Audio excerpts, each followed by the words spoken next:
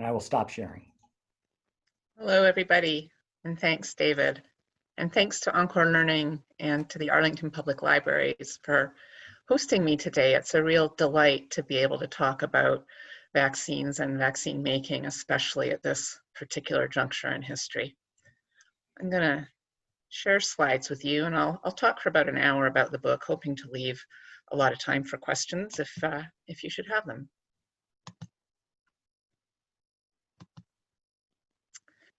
So, the vaccine race, science, politics, and the human cost of defeating disease. How did I wind up writing this book? Well, my career began quite differently. You know what? The slides aren't advancing. Do we know why that would be? I'm sorry, what? It seems like the slides are not advancing when I hit the down button. Not quite sure why. Do you have a sense of? Let's see. Oh, wait, here we go. It was just a momentary hiccup. Okay. So I began decades ago as a medical student, and during my time at Oxford, I was fortunate to be able to do my pediatrics rotation at the King Edward Hospital in Durban, South Africa, back in the bad old days of apartheid. And this hospital was the major referral center for the entire province of KwaZulu-Natal. If you were Black and lived anywhere in that North Carolina-sized province and had a serious enough ailment that warranted top-grade medical care, this was where you came and this was what you got. And it was horribly overcrowded and underfunded. This was a scene in a typical day in the neonatal nursery. And by the time folks got to the hospital from the hinterlands, often by bus or by foot or however they made it, they were often very sick. And this was particularly true of the children. They had oftentimes vaccine preventable diseases. And among those, measles was a particular killer. Measles, when it gets into a kid with malnutrition already, just has a vicious cycle. It's very hard for these kids to fight this off. And this little fellow, the measles had invaded his lungs and caused pneumonia. And like so many unvaccinated poor kids who get measles pneumonia, especially as toddlers, he didn't make it. And that really was sort of an epiphanal moment for me. It began a process of my moving away from clinical medicine toward journalism after I wrote an article for Canada's Globe and Mail about this particular experience in this particular hospital. So fast forward several decades, and about 18 months ago, it seems almost like a quaint memory now, but there were measles outbreaks in this country, and they seemed, you know, just out of all proportion, and they were, to what should have been happening, and they weren't due to lack of availability of vaccine, they were due to vaccine resistance in particular communities. And the same month that this article was written about a big outbreak in New York City, the World Health Organization declared vaccine hesitancy one of the top 10 global health threats facing the planet. Again, this seems now like a very long time ago. But in any event, why write a book called The Vaccine Race? It really began with another book, and if you haven't read this, I commend it to you, The Immortal Life of Henrietta Lacks, which is by Rebecca Skloot, and it's about a young African-American mother who was very poor and nearly illiterate in Baltimore in 1951. She was dying of cervical cancer, and without her knowledge or consent, doctors took cells from that cancer and basically turned them into a tool for research labs that is ubiquitous today. These have been used to advance medical knowledge in simply innumerable kinds of ways, and you will find them in almost every biological lab, or many, many of them. The journalist Rebecca Skloot went back to find Henrietta Lacks's then adult children, and it was the story of how she came to learn of what their experience had been since their mother's death. And it's a real page turner. Anyway, on the heels of this book, Science produced a policy forum where two different sides argue a question, and this was, should patients be paid for their tissues when they are turned into lucrative medical tools or even therapies and vaccines? And in response to the policy forum, I stumbled across in 2012 this letter from someone named Leonard Hayflick to Science, and it was responding to the policy forum saying, well, the Henrietta Lacks cells are getting all the attention, but Back in 1962, I am from a legally aborted fetus, and they have been used to make vaccines that have protected hundreds of millions of people from a number of infectious diseases. And not only that, they became the object of a really serious intellectual property fight that I had with the US government over who owns the cells. And it raised questions that continue to this day. And I read that letter and I thought, oh my gosh, I've got to talk to this guy. This sounds incredible. And so I phoned up Len Hayflick, who by then was well into his 80s, living in Northern California. And I said, it sounds like there might be an untold story here. And this gravelly voice on the other end of the line said, "Is there ever?" And so before too long, I went out to Northern California and met Len Hayflick and his wife, Ruth, who sadly has passed away since then, and began to hear over the course of several days his story of these WI38 cells, these fetal cells he developed in the early 1960s and that became widely used in vaccine making. And the story began in this building, the Wistar Institute, which is this elegant brownstone tucked away on the campus of the University of Pennsylvania, although not owned by the university, it's independent. And back in the 1950s, it had kind of fallen on hard times. The board had not been very trustworthy in overseeing it, and there were a couple of very elderly scientists working there and practically no one else. And the bottom was a sort of decrepit anatomical museum. And in desperation, basically, the board recruited someone they hoped would give a new life to the Institute to direct it. And boy, did he ever. He's the man in the middle, Hilary Koprowski. He was a Polish emigre, a concert pianist, this hugely erudite fellow who could quote Rimbaud or Baudelaire just as readily as he could discuss antibodies and virus diseases.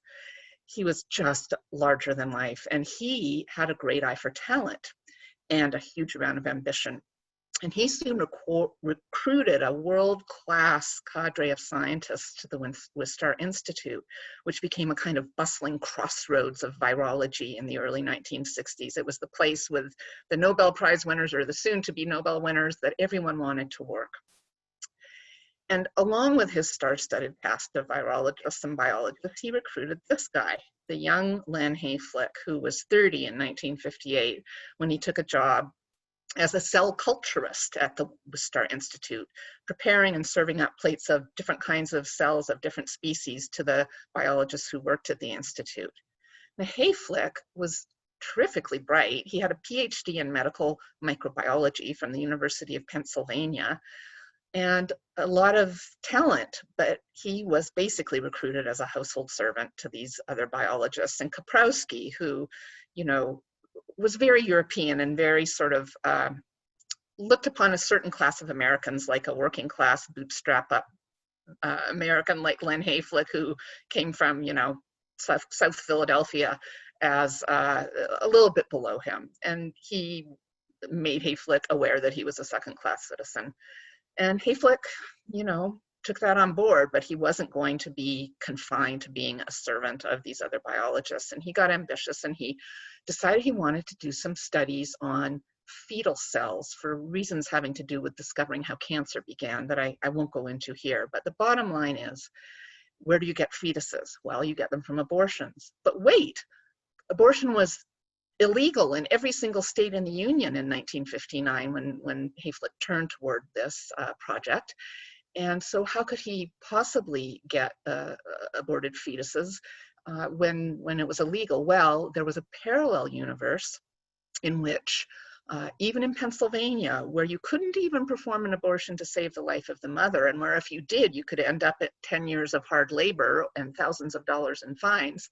But you could get an abortion if you were well connected, and you got it through a therapeutic abortion committee at any major hospital, but in this case, the hospital of the University of Pennsylvania, where doctors' wives and girlfriends and other well-connected, almost always white women, could turn when they were in so-called trouble.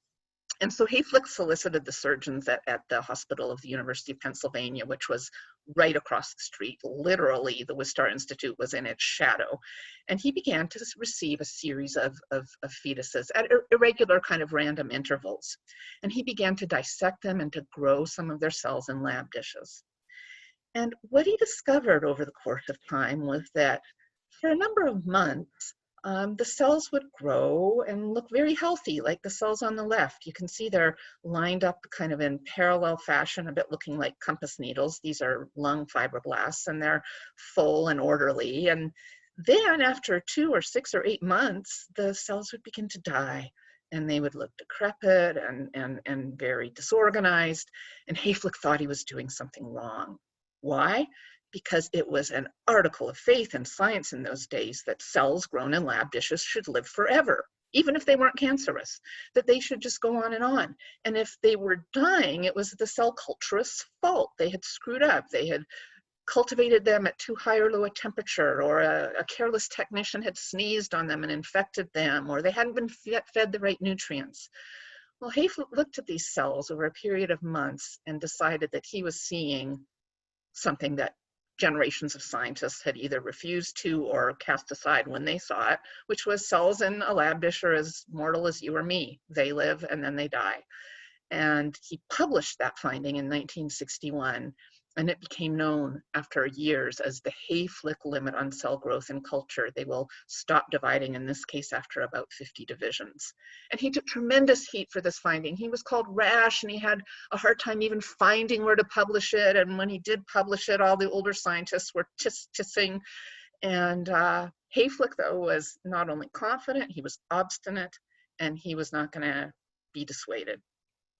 Now, what to do with these cells? Well, number one, the National Institutes of Health, despite Hayflick being kind of disparaged, had a tremendous interest, because if in fact these truly were normal cells aging and dying in culture, well then this would be a great way to study human aging in a way that scientists had not been able to do. And so the National Institutes of Health contracted with the Wistar Institute in the person of Hayflick to develop loads and loads and loads of fetal cell lines for any NIH-funded scientist who might desire to study them. And they paid the Institute what was a lot of money in those days, more than $120,000 a year for Hayflick to develop these cells. And as we all know, when you sign a contract, you must read small print, and fine print in this case, whether or not we read it, said that the contractor at the end of the contract agrees to turn over all the material developed on that contract back to the federal government, who will own it. Hold that thought. Hayflick now turned to a new project with the cells, and it had to do with this animal, the rhesus monkey, which in the 1950s was imported in its thousands and tens of thousands into the United States to be slaughtered, and its kidney cells used to develop what was then the great public health project of the day, the Salk vaccine. Why do you need kidney cells to grow a Salk vaccine, a polio vaccine that was finally licensed in 1955?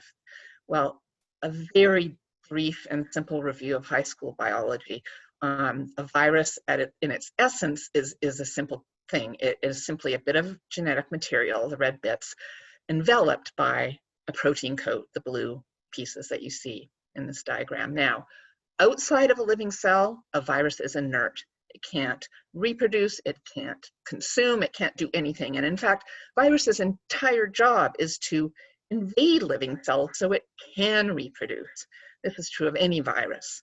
And so when Salk set about to develop his polio vaccine, the vaccine was in essence a polio virus killed with formaldehyde, so that when injected in a vaccine recipient, the immune system would see it as a foreign invader, gin up an immune response, and be ready in the future if ever that person was exposed to polio again.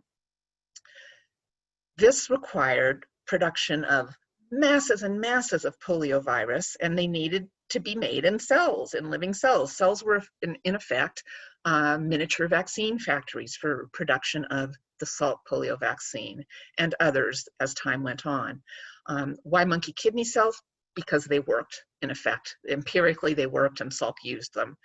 And so by the end of the 1950s, though, something was becoming increasingly clear, and it was this: that these monkey kidney cells being used on a massive scale to make the Salk vaccine harbored silent monkey viruses called simian viruses.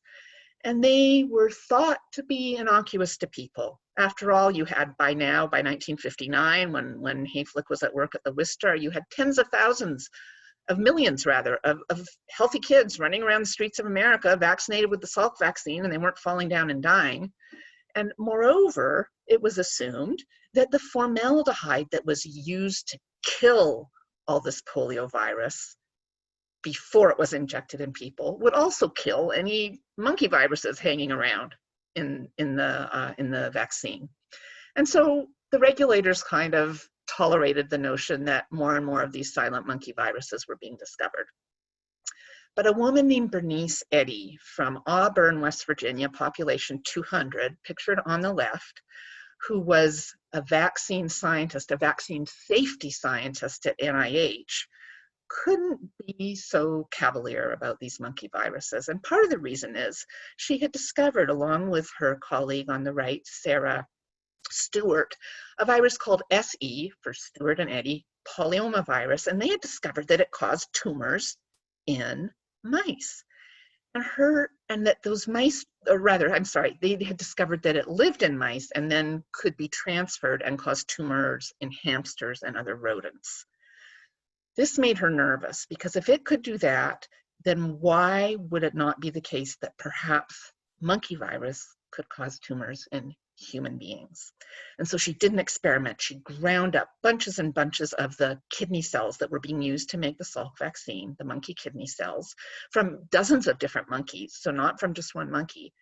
And she filtered them through basically a strainer that had holes that would let viruses pass through but capture bacteria or other pollutants, and injected the resulting filtrate under the skins of 154 laboratory hamsters.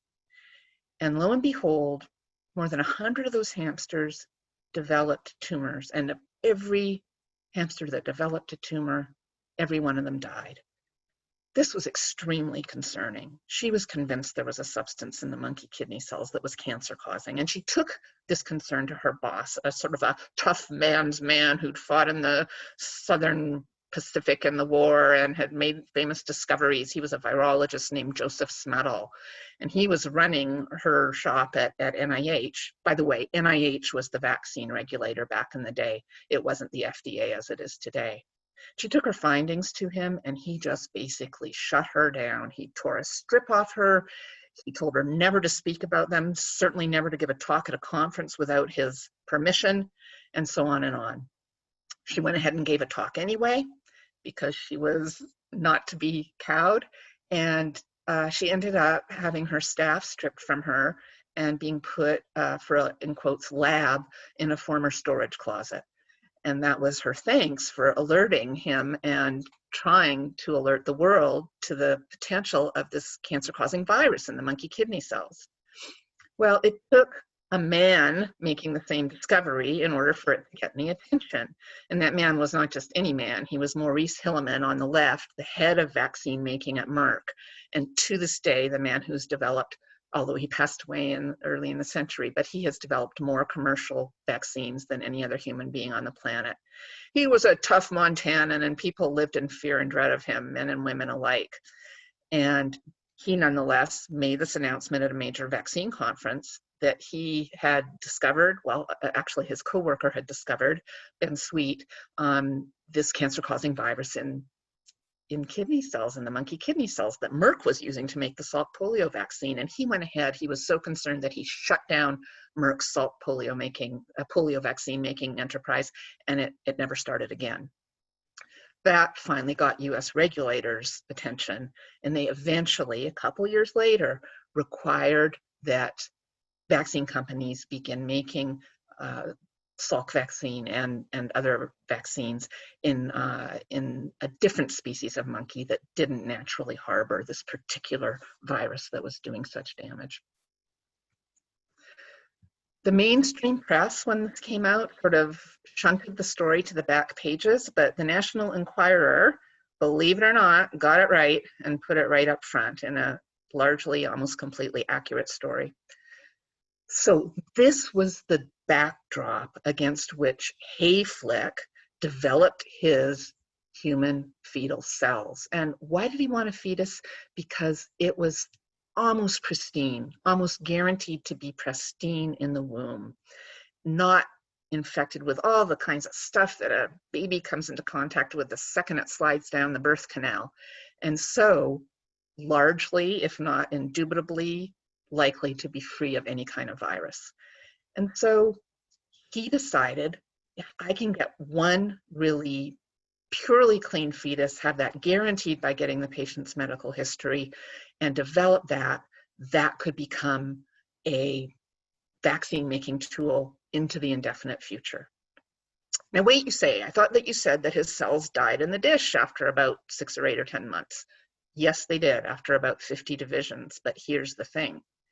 If you took his cells after 1 or 2 or 3 divisions and froze them, and then unfroze them, whether in 1964 or 1984 or 2020, the cells would start dividing again. And they would remember how many divisions they'd already been through. So if they'd been through 3 divisions, they had another 47. And if you do the math, it's incredible. But Hayflick at one point calculated that the cells from 1 bottle in his lab would expand, if they went through all 50 divisions, to be 22 metric tons of cells. So although in principle they're mortal, yes, eventually, he had created what was, for practical purposes, an infinite supply of cells, or he could, given the right fetus. Now, where to find that fetus? Meet Mrs. X. That's what I call her in my book. She was and to my knowledge still is, a very real Swedish woman who in early 1962 had 4 children already, had a no-good husband who was often away for his work, discovered she was pregnant and felt she could not face a 5th child.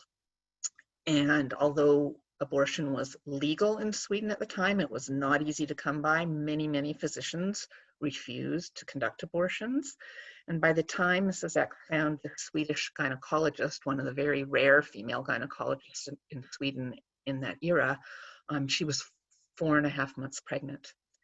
And so this abortion went ahead, and without Mrs. X's knowledge, the fetus was transferred to the famous Karolinska Institute in Stockholm, where its lungs were dissected and packed on wet ice and shipped off to Philadelphia, where Hayflick was waiting for them.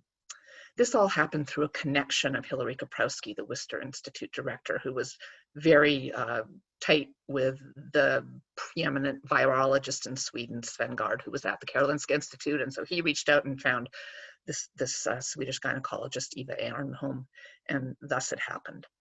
So in the summer of 1962, Hayflick receives these lungs of Mrs. X's fetus, and he develops them, and he eventually creates 900 vials. These are actual original vials. They're now in the National Museum of American History, of these WI38 cells. And he names them WI38. WI for Wistar Institute, 38, I won't go into the details, it's too complicated. But in any event, he creates these cells. There's about 2 to 3 million cells per vial, and he stores them in the basement freezer of the Wistar Institute. They are a massive supply, and he begins promoting them for vaccine making. Whenever he goes to a conference in Europe or to Moscow, wherever he goes, he takes a liquid nitrogen refrigerator full of the cells and hands them out to vaccine makers and vaccine making scientists, who in Europe are really happy to welcome them. The World Health Organization holds a meeting and says, this is great. This is a fantastic new tool for vaccine making. We can get away from monkey kidney cells. I got ahead of myself a little, because before he did all this, Hayflick had to make sure that the cells were clean and had a, just a perfect pedigree. And so how to do that? He went back to Sven Gard, this kind of dour king of virology in Sweden, who was in his 50s and didn't have kids of his own and did not relish the prospect of going back to Mrs. X.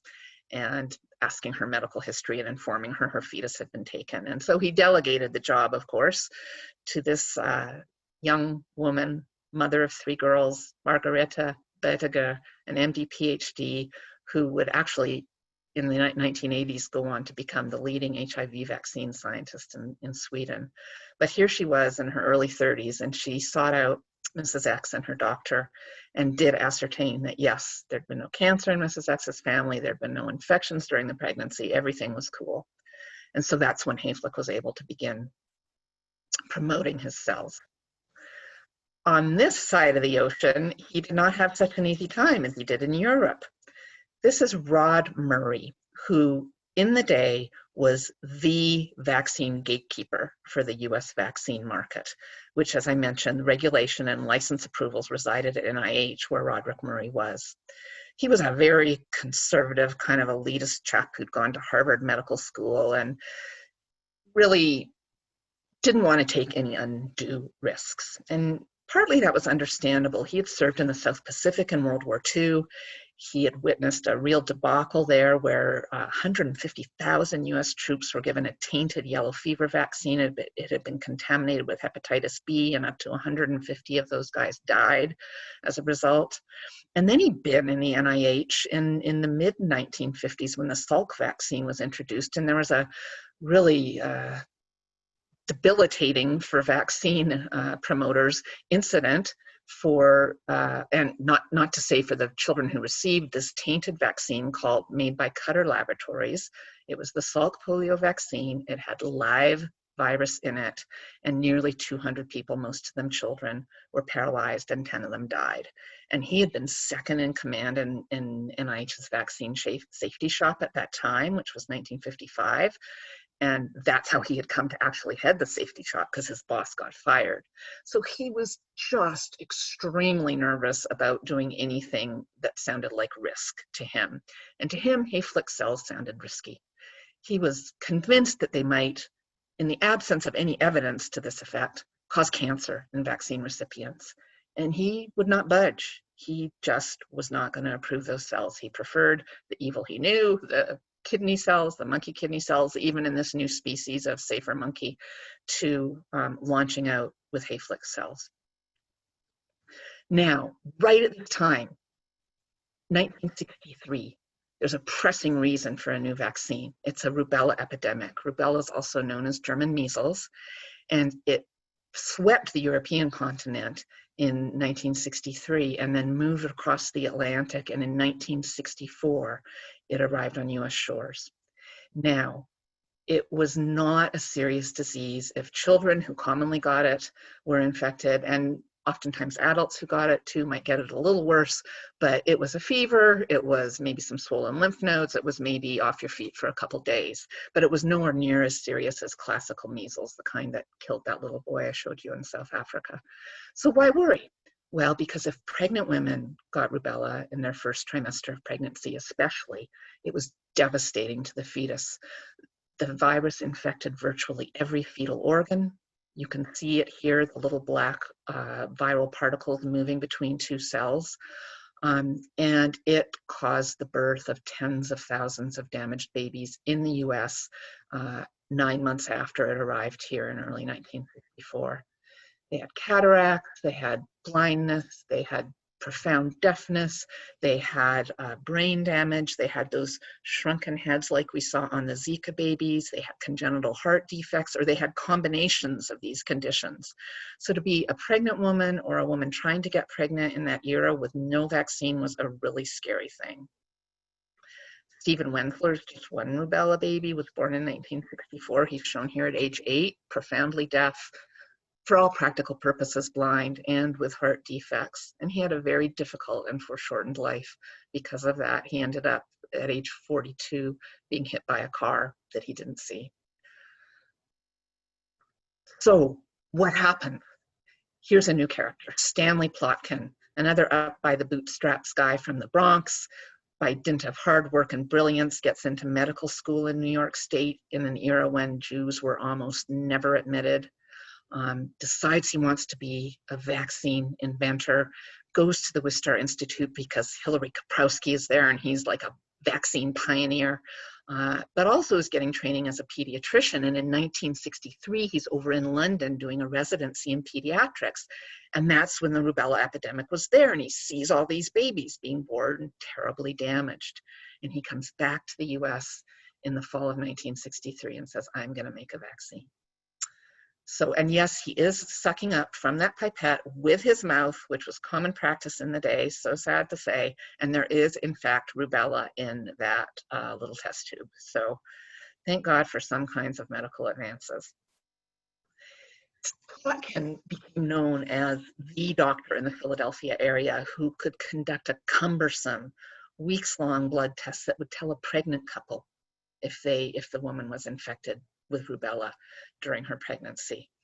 And some of these couples, when they learned they had positive results, decided to terminate their pregnancies.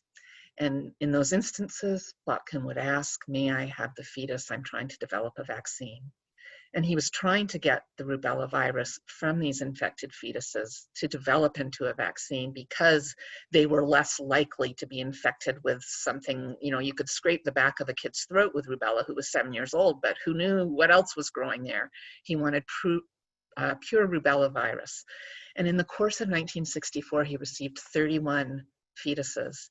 And it was fetus number 27 from the kidney that he was able to isolate this very hardy rubella virus. Now, how was he going to grow it? And what cells would be his mini vaccine factories? Well, he only had to walk down one flight of stairs and around the corner to Leonard Hayflick's lab and collect some WI38 cells, which Hayflick willingly shared, as he did throughout the 1960s with other scientists and companies too. And Plotkin set about making this vaccine by growing it through multiple generations of WI38 cells. The idea being that the more the virus grew in the lab and became adapted to those conditions, the less good it would be at causing disease in people. So this was, unlike Salk's killed vaccine, this was a live weakened vaccine, which tended to produce more robust immune responses, which was why Plotkin opted for that. Okay, he makes his vaccine in late 1964. Where is he going to test it?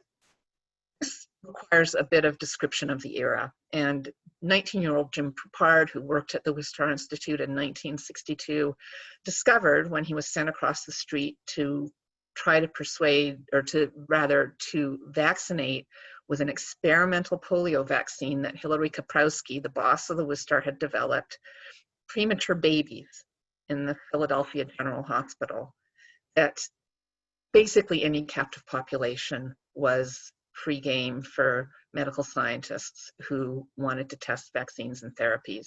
This was a mentality that grew out of the exigencies of World War II, when the idea was we've got to get therapies and vaccines for our soldiers on the front who are fighting to save civilization. But when the war ended, that mentality of entitlement didn't. And city charity wards, this Philadelphia General, by the way, was the go-to hospital for African Americans in Philadelphia. They trusted it, they were welcomed there, and they flocked there, especially pregnant women. They would ignore their neighborhood hospitals and go to Philadelphia General. And in the premature infant nursery, the babies would linger for weeks and weeks because they had a lot to recover from and grow into. And so that made these preemies particularly attractive vaccination targets, because you could observe them for weeks and weeks and take their antibody levels and so on. And Poupard would go into the nursery where the head nurse, a mother bear, was clearly extremely unhappy at allowing him to do these vaccinations, but she had orders and she didn't have a choice. Others resisted making babies available to Koprowski and other vaccine developers. Among them was Sister Mary Jacob, a medical mission sister pictured on the right, in her mid-30s in Philadelphia in the early 1960s. And she is running at that time St. Vincent Home for Unwed Mothers, also a maternity hospital, where all those girls who used to disappear on trips to their aunts or on European vacations for a period of months back in this era would land up and deliver their babies, and usually be forced by their families to give them up for adoption. And so these babies would linger in the nursery at St. Vincent's Hospital, a.k.a. the Home for Unwed Mothers. And Koprowski approached Sister Mary Jacob and said, we really need to test this polio vaccine here. The babies would be great, and I promise you it's safe, and we've tested it in all kinds of places in Africa. And she was like, no. And here he is, Koprowski on the left in the late 50s. You just can sort of, he kind of communicates his power, as it were. By the way, the guy on the right is Albert Sabin. The two men couldn't stand each other and were locked in a race to develop the first live polio vaccine, which, as we all know, Sabin won. But that gives you a feeling of what it was like for a 35-year-old nun to stand up to this guy. Well, Koprowski, of course, immediately went over her head to the Archbishop of Philadelphia, John Cardinal O'Hara, and he had a look at the situation. He wrote a letter back to Sister Mary Jacob and said, I told Dr. Koprowski no. This was a guy who was known to say, I need to answer my own door because how else will I meet the poor? That's who John Cardinal O'Hara was. And he wrote to Sister Mary Jacob, my mind is not free from the prejudice that our research teams want these infants because they're always available in quantity and under conditions that allow a wide variety of controls. So there were people who saw what was happening and said no. However, Cardinal O'Hara died the next year, and he was replaced by a much more conservative cardinal, John Joseph Krol, pictured here with Ronald Reagan in 1981. And it was to John Joseph Krol that Stan Plotkin, with his new vaccine in hand late in 1964, turned to ask for permission to test the vaccine on orphans in the Catholic orphanage, which incidentally was like right across the alleyway from the Home for Unwed Mothers. So if a year-old baby, or if a baby aged out of the Home for Unwed Mothers by 1 year old, hadn't been adopted out, and these were usually black and brown babies, they would be transferred across the lane to this orphanage where they would grow up. And Plotkin very purposely did not tell the Archbishop Krol that his vaccine had been developed with a virus from one fetus and multiplied in cells from another fetus, because Joseph Krol was extremely opposed to abortion. So Plotkin got his green light and went ahead, and the very first kids to get his rubella vaccine were toddlers in this orphanage in 1964 and 65. A powerful 1966 article in the New England Journal of Medicine by Henry Beecher of Harvard University finally exposed what was happening and threw down a gauntlet to the medical establishment, which had been funding these trials, which had been publishing them in its journals. He just listed 22 trials, and he said there were many more he could have chosen, in which people were grievously harmed. For instance, chloramphenicol, an antibiotic, was known to be a terrific treatment for typhoid, but researchers had gotten hold of a host of typhoid patients. They had treated some of them, but not others, to see if the ones who were untreated died more quickly, and yes, they did.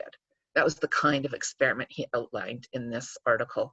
And it finally just blew a whistle, and within a month of its publication, the National Institutes of Health had for the first time begun requiring informed consent of patients who were in clinical trials sponsored by or funded by the NIH. And it also required ethics committees not involving the researchers in charge of the trials to pass muster and make sure the risks weren't undue and so on, and that the trials would be conducted ethically before approving them. So it took a long time, and in fact it wasn't really ironclad until the mid-1970s, but the ethical landscape for research did change, none too soon. So Plotkin now had his vaccine. He did several trials at the orphanage. He discovered it worked. He did more trials, refining it at a huge institution out in Hamburg, Pennsylvania, that housed hundreds and hundreds and hundreds of mentally disadvantaged kids, intellectually disabled kids, and he tested it in them too. He was not an outlier, by the way. Merck was doing this, all these researchers were doing this in the era. So anyway, he had the vaccine, he thought it was effective, but he was literally in a David and Goliath fight against big companies who saw what the size of the rubella vaccine market was going to be, because all US babies would eventually receive it, and probably most women of childbearing age would want it as soon as it was available. And so several large companies began developing the vaccine, and Plotkin was really outgunned. It didn't help. Rod Murray, the vaccine czar at NIH, was fully aware that Plotkin was making his vaccine in Hayflick's human fetal cells, and he made sure that NIH funding to Plotkin was cut off. At the last moment, cavalry in the form of Kline French, which has since morphed into the drug giant GlaxoSmithKline, gave Plotkin some funding, hoping that it could snap up his vaccine if it proved itself out. But it was too late, and in 1969, Rod Murray approved 3 vaccines made by 3 companies. And it was, in a sense, in the nick of time, because rubella was known to come around in major epidemics every 4 to 6 years. And so there had been a sprint to get a vaccine by 1970 before the next epidemic appeared. These vaccines were deployed in 1969, and the feared epidemic in 1970 never did materialize. But the vaccines had some serious problems, some side effects, and they weren't terrifically effective. They were effective enough to get results, but they weren't perfect by any means.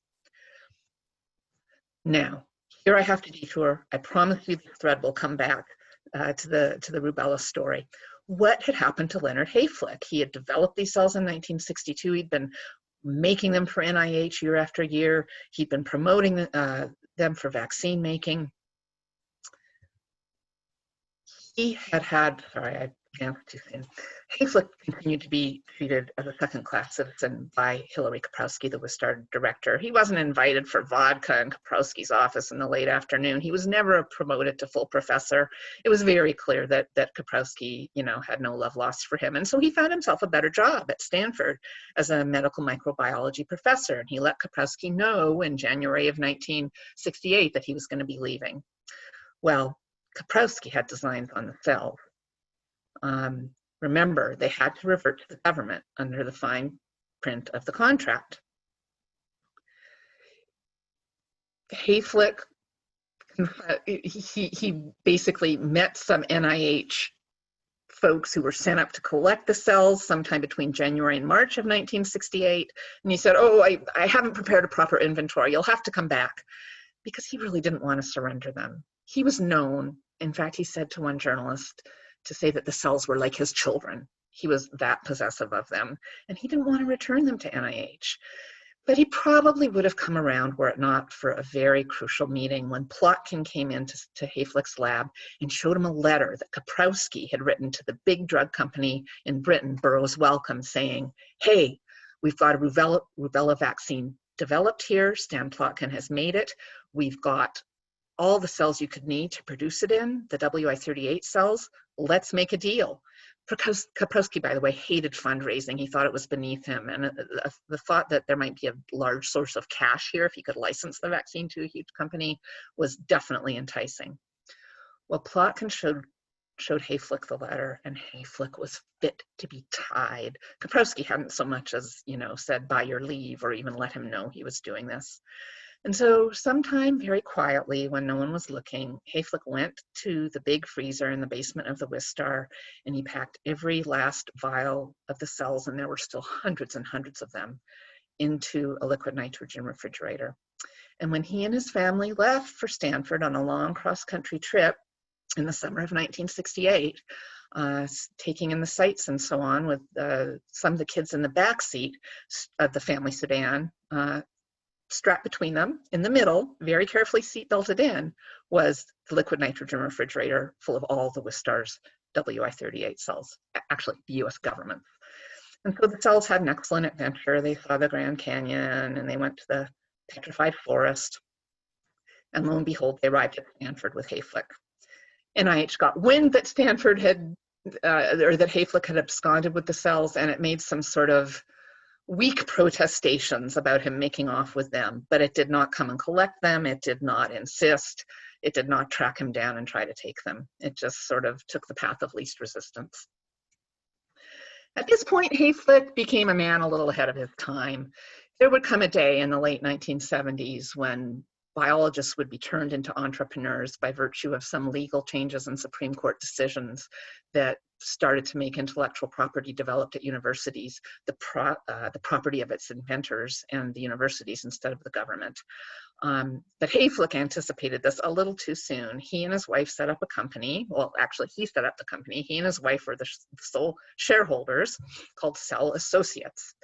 And while he continued to hand out the cells for free to scientists, to aging researchers, when a company, and they got wind that he had these cells at Stanford, would approach him, he would start to charge $1,000, $5,000. He said he did place this in a bank account in escrow, waiting, he said, for a legal determination of who really owned the cells. So he didn't spend the money, but it accrued. Back east, on the west, actually in Yale, here is the unsung second heroine of this story, Dorothy Horstman, the first chair of pediatrics at Yale, the first woman chair rather, ever, a woman who was very strong. That's how she got as far as she did not take no for an answer, and who was a very sharp vaccine scientist.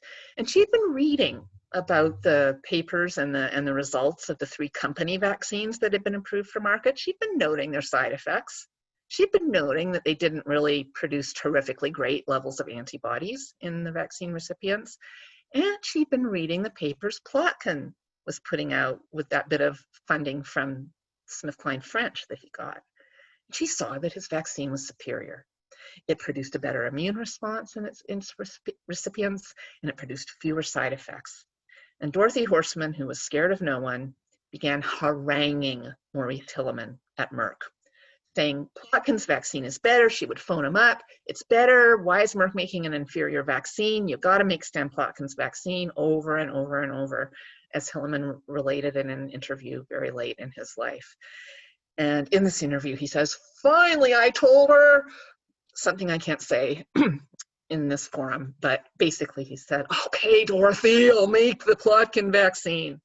So now he needed the cells the vaccine was going to be manufactured in. And where were they? They had gone, of course, to Leonard Hayflick, who by now was at the height of his powers at Stanford.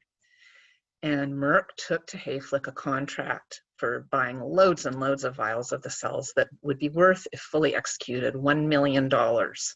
This was 1974, remember, to him personally. And Hayflick signed it, and that was as far as things went, because word got back to NIH that Hayflick was selling the cells. And they dispatched their leading investigator of waste, fraud, and abuse. And James Schriver, who you can see was a no-nonsense guy, descended on Hayflick's lab in the fall of 1975, took all the cells, went over all his records, had a team with him, and about 6 months later produced a report which landed Hayflick not in the way you want to be on the front page of the New York Times. It's probably too small for you to read, but in the lower left corner, the headline says, investigators says scientist sold cell specimens owned by the United States. Hayflick resigns under pressure from Stanford, and he is basically in the academic wilderness for years to come. In the meantime, Merck charges ahead, makes Plotkin's vaccine, and it's licensed in 1979, and to this day, it is the R in the famous MMR vaccine. Plotkin's vaccine led to the elimination of German measles or rubella in this country in 2005, and in the entire Western Hemisphere in 2015. That's homegrown virus that circulates. There are still occasional imported cases because, unfortunately, only about 2/3 of the countries in the world actually include the rubella vaccine as part of their childhood vaccine schedule. And sadly, that means that somewhere around 100,000 babies are born every year on this planet damaged by rubella. Nonetheless, the vaccine has prevented untold millions of abortions, stillbirths, and damaged babies. And this is Stan Plotkin, who's still tremendously active today at age 89, now advising vaccine companies on coronavirus development, coronavirus vaccine development. It took Hayflick decades to rebuild his reputation, but today he's a guru of aging science. If you speak with a young biologist, they will have heard of the Haytlick Limit. They will understand what a big discovery that was. It's very unlikely, though, that they will be aware of the huge contribution that Hayflick made to vaccine making. This is a list of vaccines that have been made either, and are to this day, either in Hayflick's WI38 cells or in another cell line that was developed using his technology from one abortion in London in 1966. Between the two cell lines, more than 6 billion doses of vaccines against various diseases have been made. But history repeats itself. This is Science Magazine, June 12th, 2020. And I didn't go into the pushback against vaccines earlier, around 1970, 74, being made in human fetal cells, but there was an outcry, and it has reappeared. Last month, this is an article I wrote for Science, vaccines that use human fetal cells draw fire. This is coronavirus vaccines. Many, well, I shouldn't say many, a good number of the vaccines are made in a couple of other human fetal cell collections lines, one from an abortion in the 1970s and one from an abortion in the mid-1980s. So we're talking about decades ago, but this has caused an outcry with the US Conference of Catholic Bishops and the Canadian Conference of Catholic Bishops, writing respectively to the Commissioner of the Food and Drug Administration and to Canadian Prime Minister Justin Trudeau, saying, please do not fund development with our tax dollars of these vaccines. And number two, please make sure that we have access when a coronavirus vaccine is available to one that does not use human fetal cells. Well, it's a bit ironic given the Trump administration's stance on pro-life, anti-life issues, or anti-abortion stance, that is, that two of the leading coronavirus vaccine candidates that have collected together about 1.7 billion with a B of pledges in US government funding are in fact made using human fetal cell lines from one of these two abortions in the 70s and the 80s. The Oxford vaccine, which is, you know, a leader, if not the leader, in terms of its progress in human trials, and one made by Janssen, which is owned by Johnson & Johnson, which also has US government support and is just entering human trials of its vaccine. There are others, in particular, a couple of Chinese companies and so on. But from the point of view of taxpayers, these are the two in the US to watch.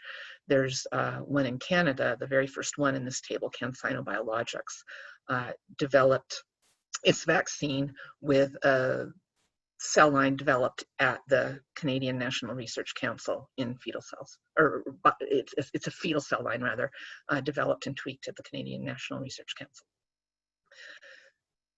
I'm going to just fast forward, say I would rather sort of take your questions about the current day vaccine race, because I don't know in what you're interested, but in terms of resources, if you really want to follow, you know, the players in the program, as it were, if you Google WHO or World Health Organization and the word landscape, you will come to this table you can download, and it's updated weekly. It starts with the list of all the vaccines that are already in human trials, 25 as of last Friday, and then follows with a list of the more than 140 others that have not yet made it into human beings but that are under development.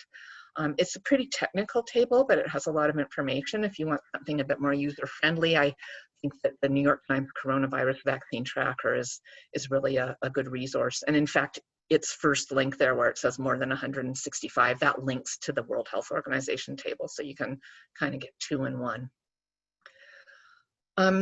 If I'm trying to think of something to say in the midst of all this vaccine activity, and I think perhaps I would note a close to home, somewhat under the radar competitor in the coronavirus vaccine race, which is Novavax in Gaithersburg, Maryland. The US government has pledged $1.6 billion if Novavax can develop 100 million doses of its vaccine by year's end. It looks like a pretty promising vaccine in animals.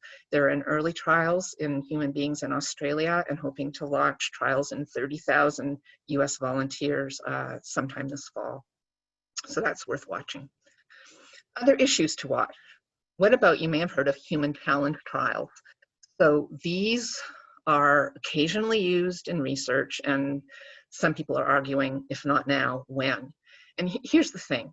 In a big, large-scale human trial, such as Moderna just announced, it has launched today in the United States, recruiting 30,000 human volunteers to get its vaccine, 15,000 to receive placebo, 15,000 to receive the real vaccine at 89 sites around the United States.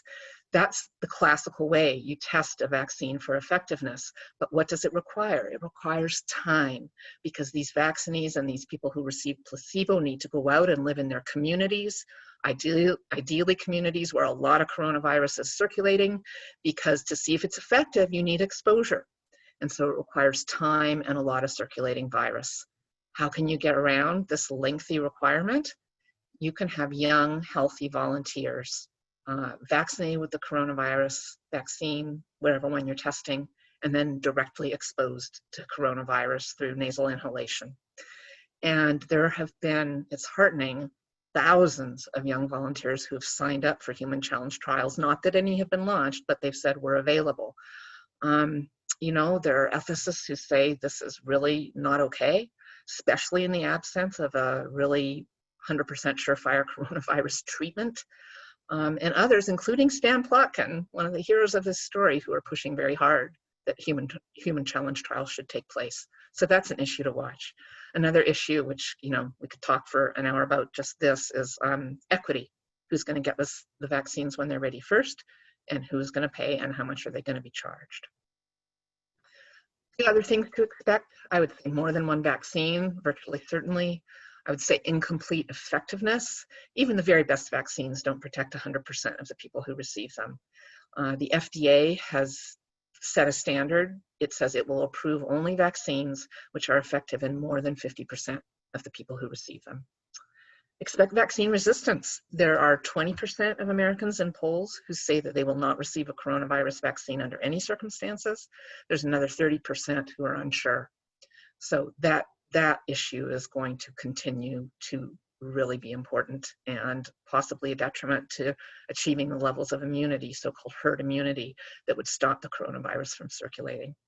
And finally, as the vaccine race makes clear, expect the unexpected, because nothing goes to plan in vaccine making. And with that, I am really thankful for your attention, and I'm all too very happy to open it up for questions. I'm also just noting that this version of the vaccine race, the hardcover, you cannot get in bookstores anymore. You can still get the paperback. If you would like a hardcover, contact Encore Learning, and they will get me in touch with you. And I would be happy to send you one. Okay, thanks, Meredith. We've got a number of different questions that have come in. So let me just help you out, and I'll just do them kind of in the order they've come in. So Sure. the first one is the question about, do vaccines, are they always an injection? Can they be a pill, which obviously would help things greatly logistically? In terms of coronavirus, I don't believe there's a pill under development, but don't quote me on that. I would have to literally go through all the 160 plus vaccines that are on the World Health Organization table. There are other methods of administration. In particular, nose drops were used in a study of healthcare workers in China very early in the pandemic. None of them became infected. Those were interferon nose drops. That's more of a treatment than a vaccine. And there are inhaled interferons that are showing promise as an early treatment, again, in a trial recently publicized that's being run that was run in 100 patients soon after they were diagnosed with coronavirus in Britain. But I have actually, I'm not aware of any coronavirus vaccine at this moment that's oral. I'd really have to check that, though. I would prefer that you check on it too. But it sounds like technologically it's possible. Oh yeah, I think it's possible. I mean, the Sabin polio vaccine is the classic example of an oral polio vaccine that was swallowed. Now, the natural route of infection by poliovirus is through the gastrointestinal system, so it makes sense to kind of mimic the natural route of infection. The natural route of infection with coronavirus is, of course, nasal. And now, yes, I'm recalling to myself, there is one company, at least one, developing a nasal vaccine that would be inhaled. Okay, great. We've also got a question that goes towards the issue of informed consent.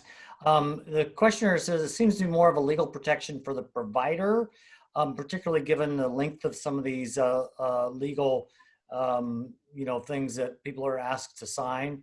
So, is it really, I guess the question goes to, is it really effective in terms of the patient giving consent for what they're actually, volunteering for? It's certainly supposed to be a very clear, user-friendly rendering of what you're going to go through and what the risks are. And in fact, I followed one Ebola vaccine trial at NIH, and the Institutional Review Board, that's the ethics committee that reviews the study, sent the informed consent back to the investigators and said, this is too complicated. You got to make it so a sixth grader can read this. And even more so in translation, because I'm sure everyone's aware that Latino communities, Latinx communities are particularly affected in this country. You have to be sure that there's totally up to par translated, Spanish language informed consent forms. So if they're doing it right, is the short answer. It should not be overlong. It should not be loaded with language that's, indecipherable to your average person. It should be very clear about what the risks are and what the possible benefits are. And if you're not looking at an informed consent that reads like that, then someone should report that fact. Okay, thanks. So there's another question that goes to the volunteer population. So the question is, it seems like they're using healthy volunteers, and are they actually testing the proposed virus on people that have underlying conditions? And I'll add to that, I've seen a lot of just a couple that I've looked into, they're testing people like from say 25 to 55, which I think for our audience, the question is, right, how effective is it for people, as I say, of a certain age? So. Right. So it depends on what phase of vaccine testing you're in. So there are three phases. Basically, phase 1 is in tens of volunteers, phase 2 would be in hundreds, and phase 3 would be in thousands of volunteers. Phase 1 would test simply for safety and making sure there's no untoward side effects. And it does look at antibody levels, but they're not the primary purpose of a phase 1 study. And in that, it's typically healthy volunteers. In phase 2, you begin to look both at immune responses and you continue to look at safety in hundreds of volunteers, and you can look in different populations at that stage as well. I am quite sure, or I will be surprised if people over 65 are not included. If not at phase 2, then certainly at phase 3, the same of people with diabetes and other predisposing conditions to severe COVID. The reason being that if there are risk factors that are going to show up, you want the trial to encompass people that are in all walks of life, all ages, not all ages, but a representative population. And in fact, CDC just published last week that 47% of Americans have some condition, be it obesity, diabetes, heart disease, that predisposes them to getting COVID badly if they get it. So I can't see how you avoid those populations, and I don't think you should. Both Moderna, which launched its trial today, and Novavax, and I'm sure others are aiming to vaccinate in 30,000 people, well, 15,000 of whom would get the vaccine in the phase 3 stage. So I will be amazed if some of the populations you described are not included. Yeah, so there's also a question, so you just mentioned Moderna, and I know that they're using a new technology, I guess it's called mRNA. So the question is, if that becomes a successful method of developing vaccines, will it obviate the need for fetal cell tissues to create vaccines? And I guess there's also the manufacturing process as well, which I think maybe also uses fetal cell lines, but so maybe there was a two-part question there. Right. So a lot of these modern methods, much more 21st century, use like snippets of genetic material like mRNA or bits of protein from the virus to inject people with, so you're not injecting the whole virus. And often that means you would not need fetal cells, certainly. or other vaccines that do use whole virus, including one made in China, I believe, are using a cell line called Vero cells from an African green monkey, which is safe. I won't go into all the ins and outs of that. So part of the answer is yes, these more modern methods can avoid using fetal cells, but do they always? No. Like, for instance, the Oxford AstraZeneca vaccine that is, in the frontier of candidates. They use fetal cells because they have developed this cell line called HEK293, which, by virtue of various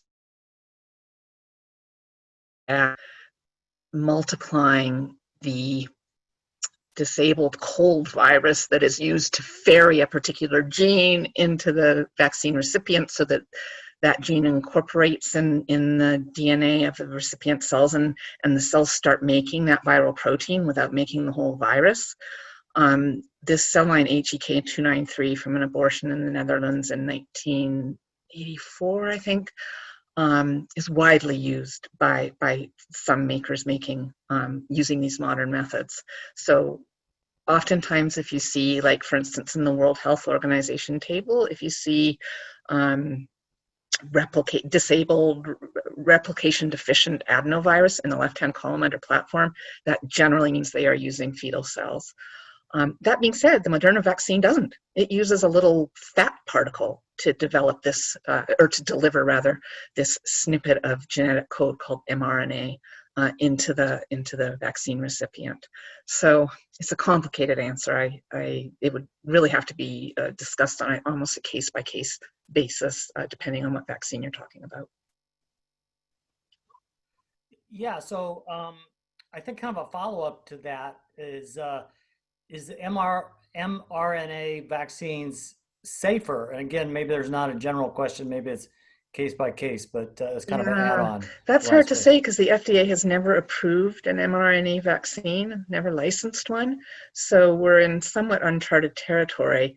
My sense would be, and this is just, check it out, because I'm not a scientist per se, but if you're delivering a snippet of genetic code rather than a whole virus into people, that unless the body, for instance, has some kind of reaction to, in the Moderna case, the fat particle that is used to ferry this gene into the body, that in general they should be quite safe. Now, of course, never say never. Anything you put in your body, from an aspirin to the most sophisticated, latest cancer therapy, has risks, and nothing is risk-free. So it's a risk-benefit equation. Is getting this vaccine going to put me at more risk than I will be if I continue to walk around unvaccinated and get the coronavirus? And I would say that on balance, the equation is going to tip toward getting vaccinated, unless there's some terrible occurrence, which again, I got to qualify everything. There are rare side effects of vaccines that don't even show up when you're vaccinating 15,000 or 30,000 people, that are so rare and maybe even fatal, but turn up only when you've vaccinated millions of people. And so, nothing is fail-safe, I guess is what I would say. But I personally, as soon as FDA approves a vaccine, if I'm able to get it, I'm going to get it.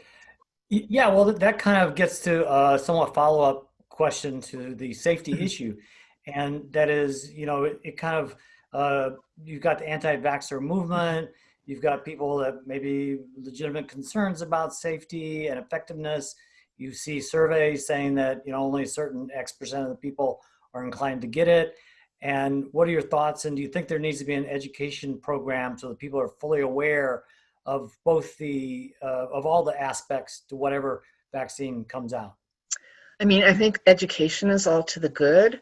My experience is that with the proportion, or at least with a good part of the 20% who say, no way, I'm not getting vaccinated, you can educate till you're blue in the face and it's not going to change their minds. I think the 30% who are hesitant but not decided, I think education could be really effective.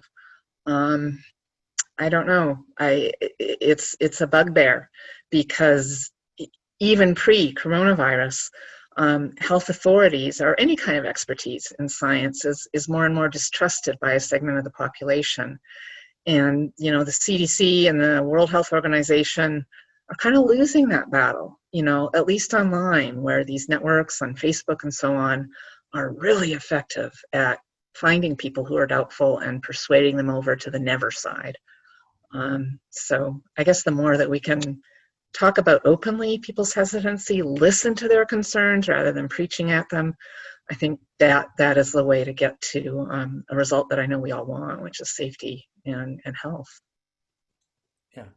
So this is curiosity as far as the SARS-CoV-1, the 2003 virus. And so was there a vaccine for that? And can you tell us anything about that? Does that help us inform the development for the COVID-19 vaccine?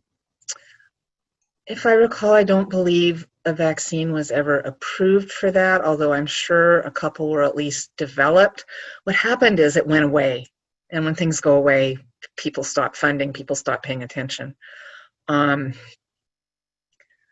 Again, I don't have the vaccine table memorized, but I'm pretty sure one or two companies did develop a SARS-1 virus. You'll recall that, the outbreak was mainly in Hong Kong and then in Toronto. And what happened was, although it was very lethal, more lethal than this coronavirus, it didn't spread as readily. And so we were able to shut it down. Okay, and so there's a question, it says, are older volunteers like 70s needed if there is a challenge trial? I'm not familiar, I guess, with what constitutes a challenge trial. Maybe you are familiar with that language. So the challenge trial is where healthy volunteers sign up to be vaccinated with a vaccine, an experimental vaccine, and then exposed to the virus that they're supposed to be protected against. So in this case, it would probably be a nasal inhalation of the actual coronavirus. I don't know is the answer to the question. I do know that in terms of general vaccine trials, I can't imagine I'm backtracking, but I can't imagine with human challenge trials being as controversial as they are, like, will they happen at all even, that it would be easy to get approval for elderly adults, to participate. But I do know that my husband, who's 66, signed up through NIH to be available for any standard vaccine trial that's not a challenge vaccine trial. And if you're interested in doing that, if you contact me through Encore Learning, I would be happy to get you to the website, the piece of NIH's website where he signed up. Okay.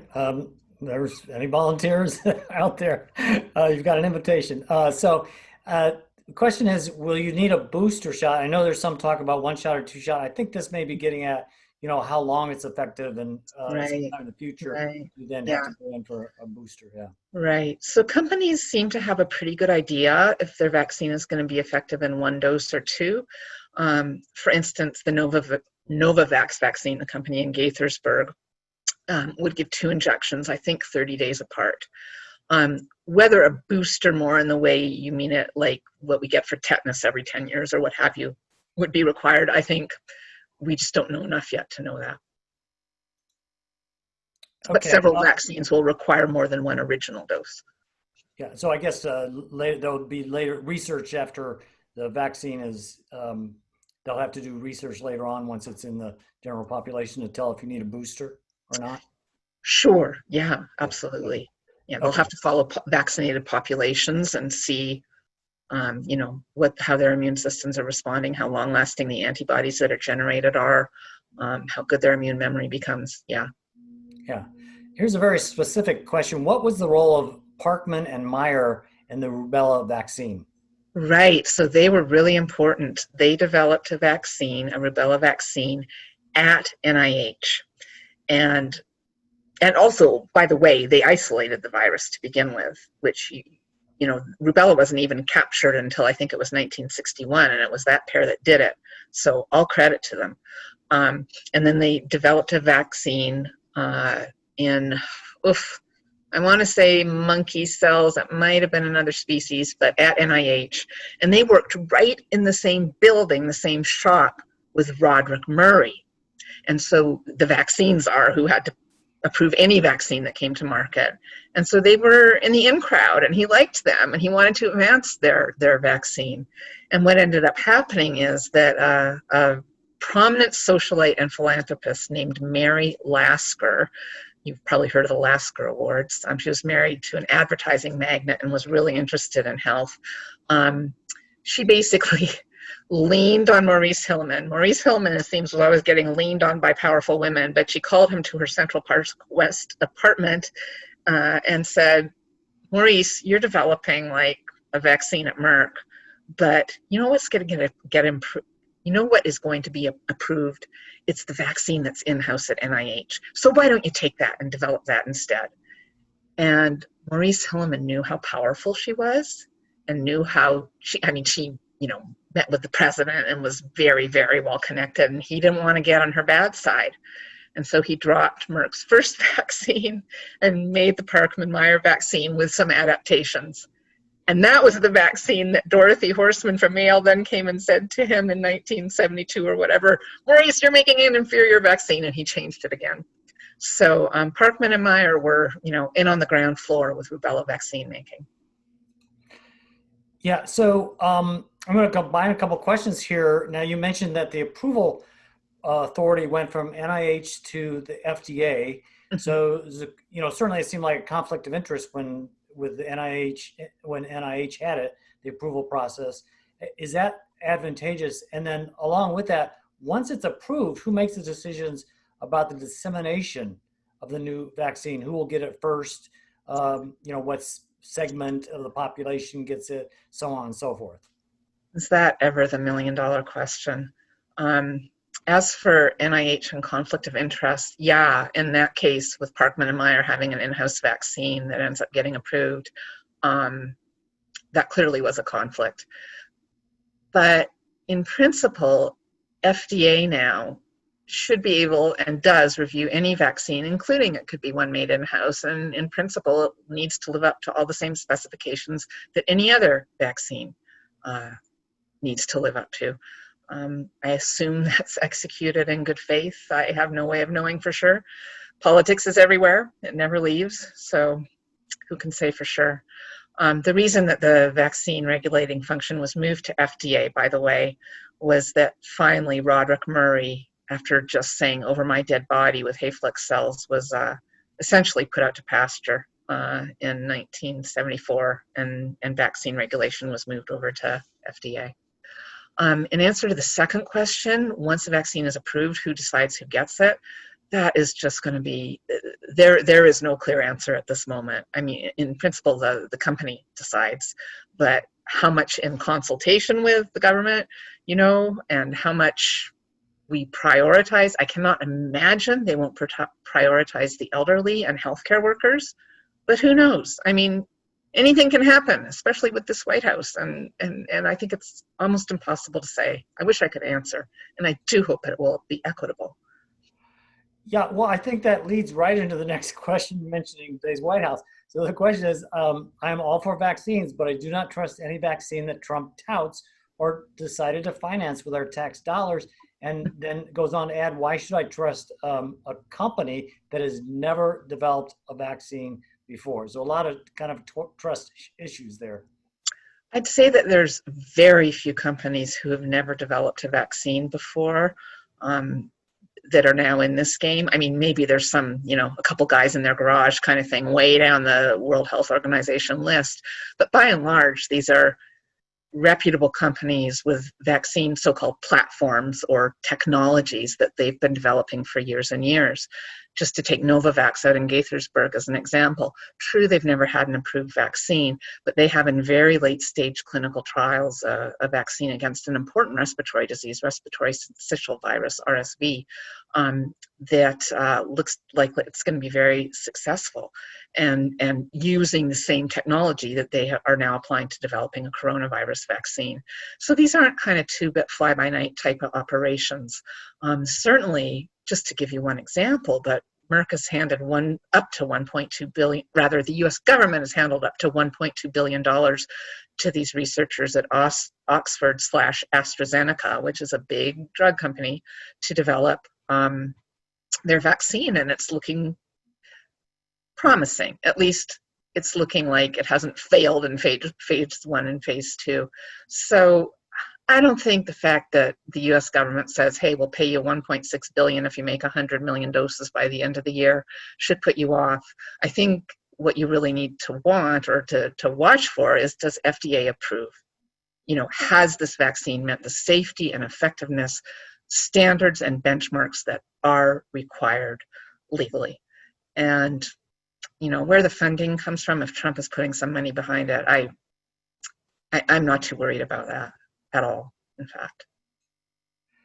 Yeah, so I think maybe you kind of cover this, but a very closely related question, I'll just read it. Any concerns about political pressure to finalize a COVID vaccine, whether it's valid or not? So, I mean, I guess, you know, you talk about cutting, I've heard cutting corners in the whole approval process. So I think it kind of gets at that. Or you have any concerns about that? Yeah, I think that's an ever-present danger.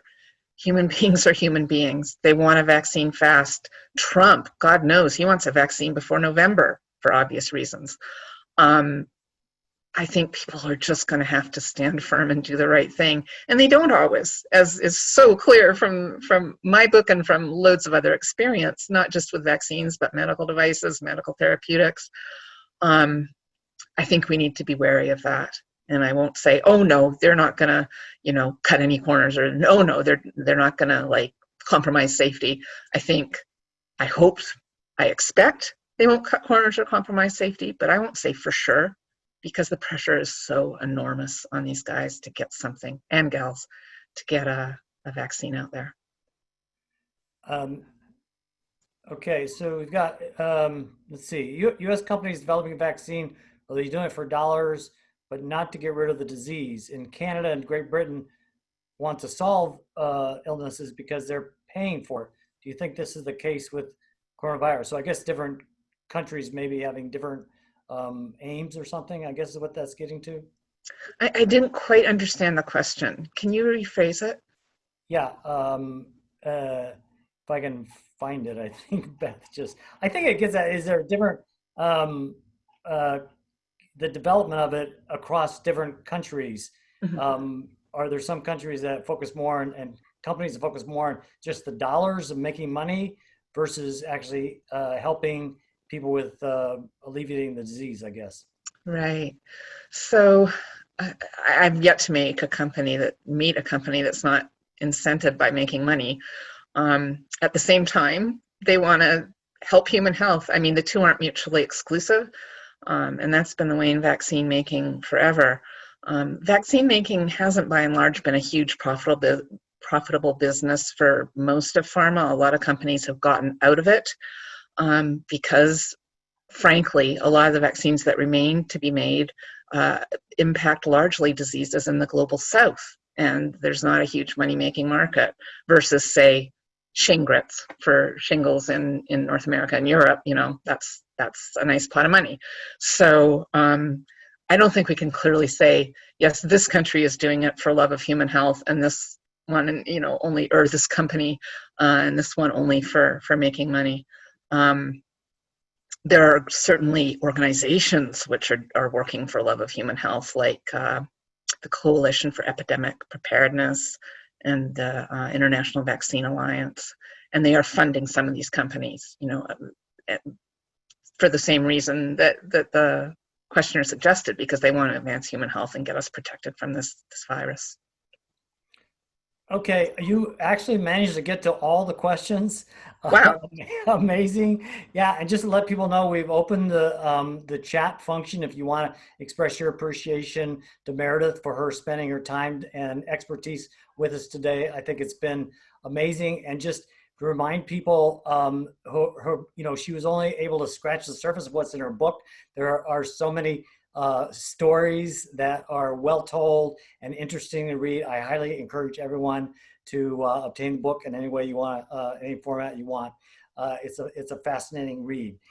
And so I think before I tell you about our very next event, I'll just, Meredith, do you have any last words to kind of, that you want to, last thoughts you want to leave with people? No, just thanks for the opportunity to talk about my book. What author doesn't love to do that? And I encourage everyone, when there's an approved vaccine, to get vaccinated. Okay, great. So with that, just remind people that our next offering is in 2 weeks. It will be Navy Admiral John White, who will share his decades of oceanic studies and experiences to discuss both climate change and national security issues and solutions. So please put that on your calendar and join us in 2 weeks. I thank everyone for joining us, and especially thank Meredith for sharing her expertise with us. It was a pleasure. Okay, have a good day, everyone, and be safe.